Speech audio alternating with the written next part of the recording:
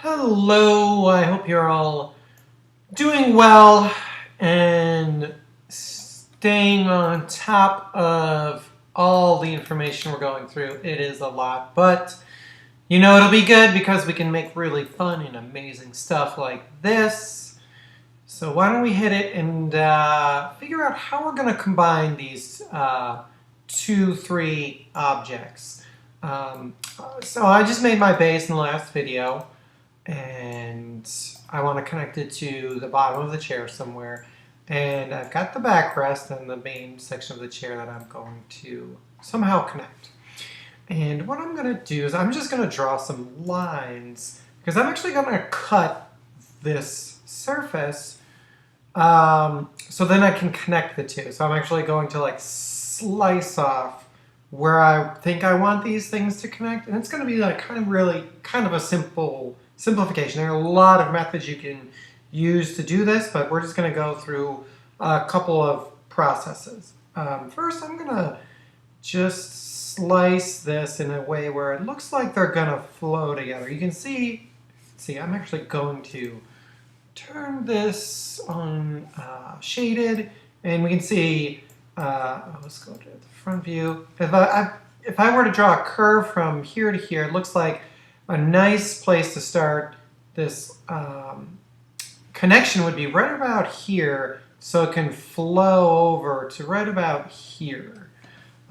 So I'm gonna just draw a line, right about there, and just kind of slice it very close to the bottom here, because the front side I kind of want to keep this front side, and I'm gonna follow somewhat of the same system as slice, but then keep it really close over here.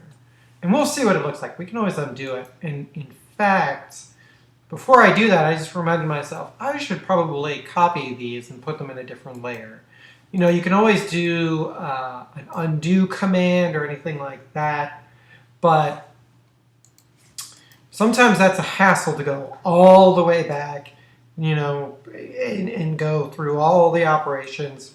Why don't we just copy these objects, and we'll say those are the OG forms, original, and then we'll edit these from there. So I'm going to just select these, and I'm actually just going to type split and select these curves as our splitting objects. Now, they don't necessarily go through the whole object, but the command kind of sees those lines as cutting objects and will essentially kind of extrude those curves into the plane as if they were cutting objects. So it's kind of like, imagine a cookie cutter, but with just the lines and not actually the depth of the cookie cutter. So that's what's going to happen, and we can see I'm just going to delete those little sections there, and then go into my perspective mode to see what I've got. Ooh. Those are pretty cool. I think those are really nice. Connect here and here. Yeah, that'll be good. Now what I'm going to use to connect these is the surface loft command. And I'll just click on this because the help tab, which is missing from my menu, go to help, and I'll probably have to just reinitiate that command so it pops up there in the help.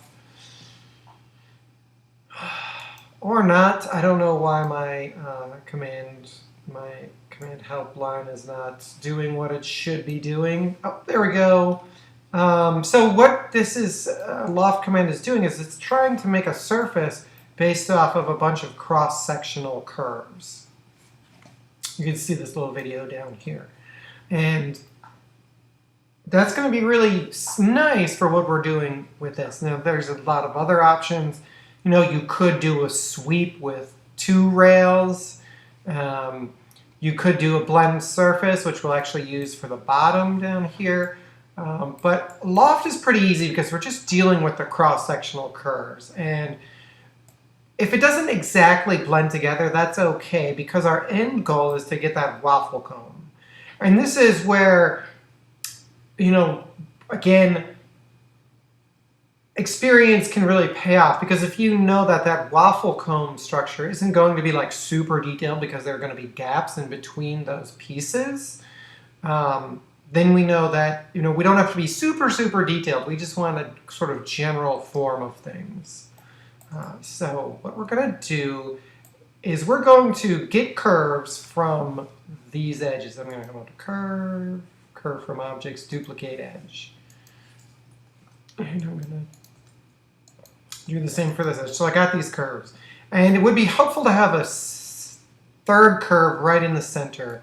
Also, you can manipulate that curve potentially and make it like a little smaller to do maybe some cooler stuff. We'll see how it goes.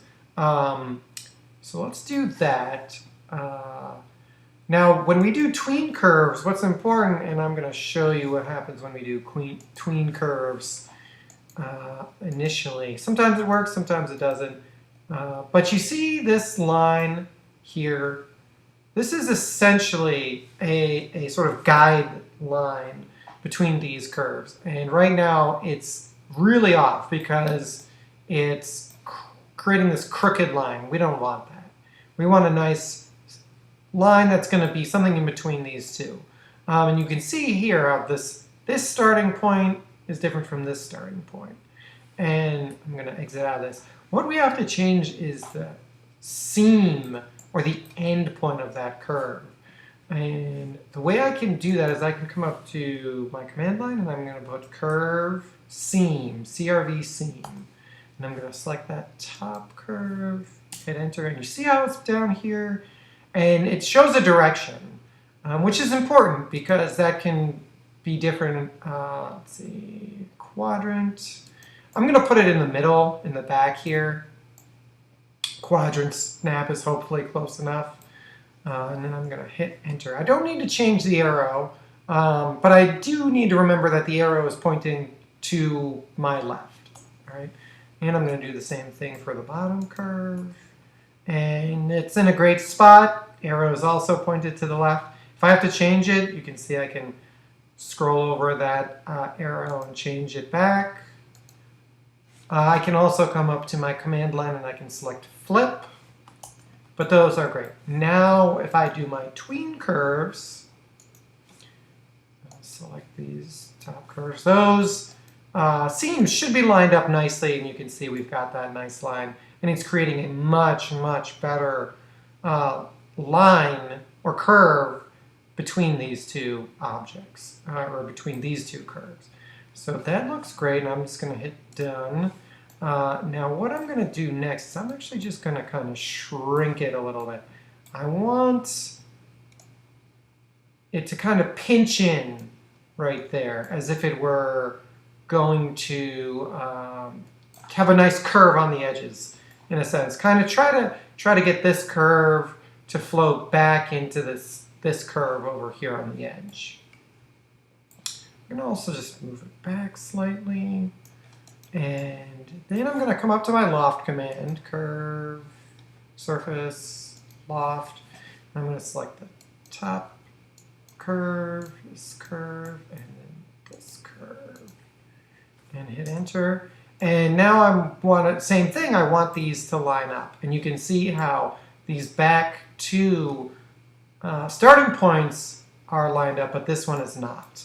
And in fact, with Loft, I can actually change that. So I'm going to bring my arrow all the way back around and select that quadrant, and then also flip it so that they're in the same direction. If they're not in the same direction, it's going to say, oh, I need to do a 180, and you're going to get like a crazy surface. I'm going to hit enter, and then I'm going to see what I got. And right now it's on loose. You have different styles.